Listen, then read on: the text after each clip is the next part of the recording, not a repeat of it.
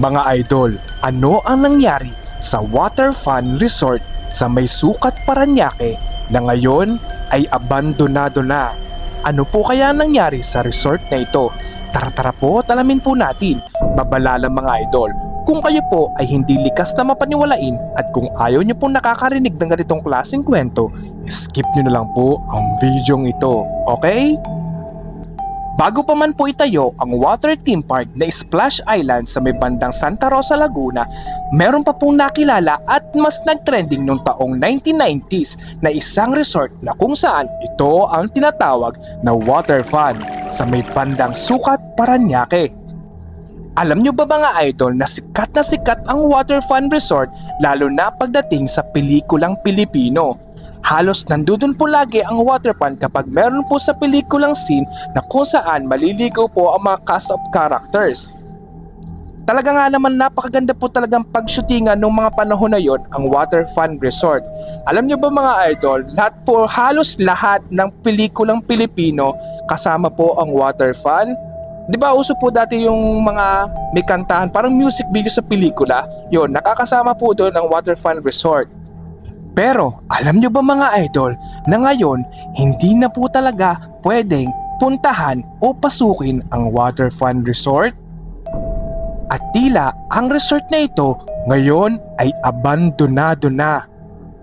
Hala Kuya Jibe, bakit po bigla na lang po nagsara ang water fun resort na ito? Ano po kaya ang nangyari sa kanila? Tara po alamin po natin. Bago ko po sagutin ang inyong mga tanong mga idol, meron po muna ako sa inyo papakita mga larawan na kung saan ito po ay nagmula sa water fun. Ito po ay updated photos na kung saan kuha po nila kung ano pong itsura ngayon ng water fun sa may bandang Sukat. Okay? Yan mga idol, ganyan na po ang itsura ngayon ng water fun resort sa may bandang Sukat, Parañaque. Kung mapapansin nyo mga idol, ang slide po ng water fun sobrang dami na po ng kalawang. Mukhang marurupok na po yung slides. Mapapansin nyo napakarami din pong puno. Lalo na kung imagine nyo kung gabi, sobrang dilim po dyan. At yun, share ko lang mga idol, kapag po kasi kami noong mga bata pa po kami, kapag napapadaan po kami mga galing south papuntang Maynila, talaga po nadadaanan po namin sa may bandang Sukat ang water fun. At tila ako po na-experience ko po yung pagdadaan po doon, nakikita ko po yung itsura niya noon. Sobrang makulay pa siya, kulay blue-green po ang itsura niya, lalo na sa ulo po nung tangke. Yung pinakaulo ng tangke, pinakaulo ng slide, yan. Sobrang ganda pa po ng kulay niya, hanggang sa unti-unti ko po nakikita na unting nangangalawang na, yung naluluma na pag lipas ng maraming panahon. Yun. Sobrang nakakalungkot lang mga idol na isipin yun. At alam nyo ba mga idol, ang trademark po at napakaganda pong tingnan dyan sa may water fun ay meron po silang dinosaur. Opo, yan. Meron po silang dinosaur sa swimming pool. Rhinoceros po talang tawag dyan or T-Rex. Basta po, gumagalaw po yan. At saka sumisigaw na parang animoy may dinosaur talaga. Yan mga idol. Kaya siguro haling na haling ang mga bata noong 90s. Gaya nga po na nasabi ko sa inyo mga idol kanina na ginagamit nga po ang water fun sa mga pelikula. At example ko na po sa inyo ang favorite namin pelikula ni Kuya Bigel at ni Kuya EJ, ang Super Ranger Kids noong 1997. Yan po, ito po ang clip. Ganyan pa po ang itsura ng water fun noon, masigla. Yung normal na swimming pool na maraming mga bata. Pero sabihin na natin, sa panahon natin ngayon, may kumpara po natin swimming pool. Mas maganda ngayon, syempre, kasi bago. Pero noon, napakaganda na po niyan. Yan. Para sa atin ng mga bata, basta may tubig, may slide, masaya-masaya na tayo mga idol. Ganyan po yung itsura ng water fun noon. Talagang masasaya po ang mga bata noon. At yung sinasabi ko po sa inyo yung trademark ng water fun mga idol ay yung kanilang T-Rex. Yan. Mapapansin nyo mga idol, umiibo talaga siya. Pero sa pelikula, syempre, ginawa nilang exaggerated. Meron kasi mga parang Power Rangers kaya na binabaril yung dinosaur. Tapos lalabanan nila yun. Excuse me.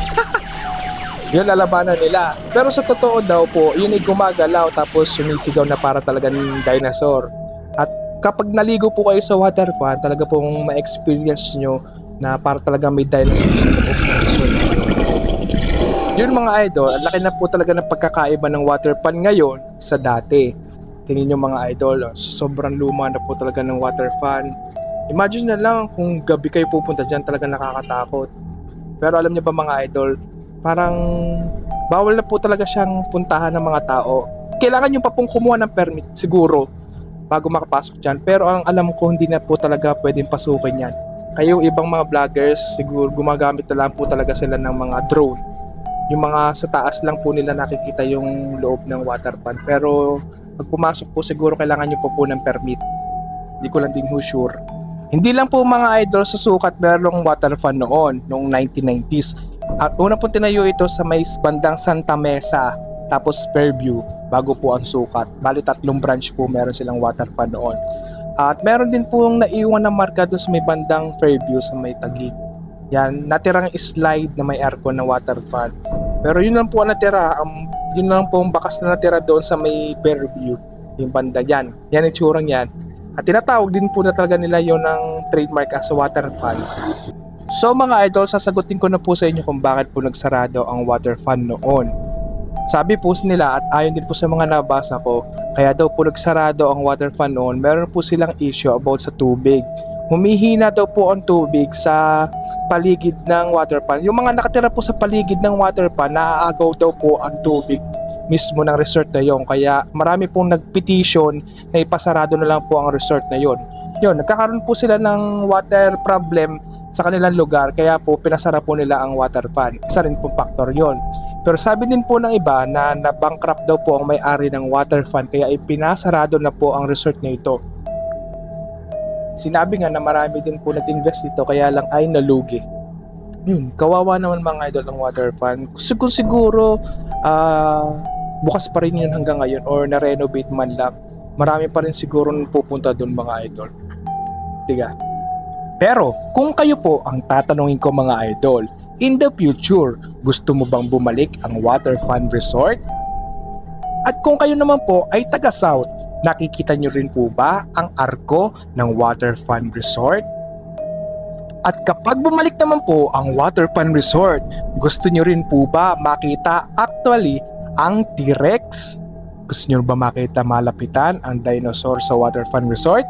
Comment nyo nga po sa comment section at share nyo na po ang video ito sa mga friends nyo para malaman din po nila ang kwento about sa water fan resort sa may bandang Sukat, Parañaque. Cute!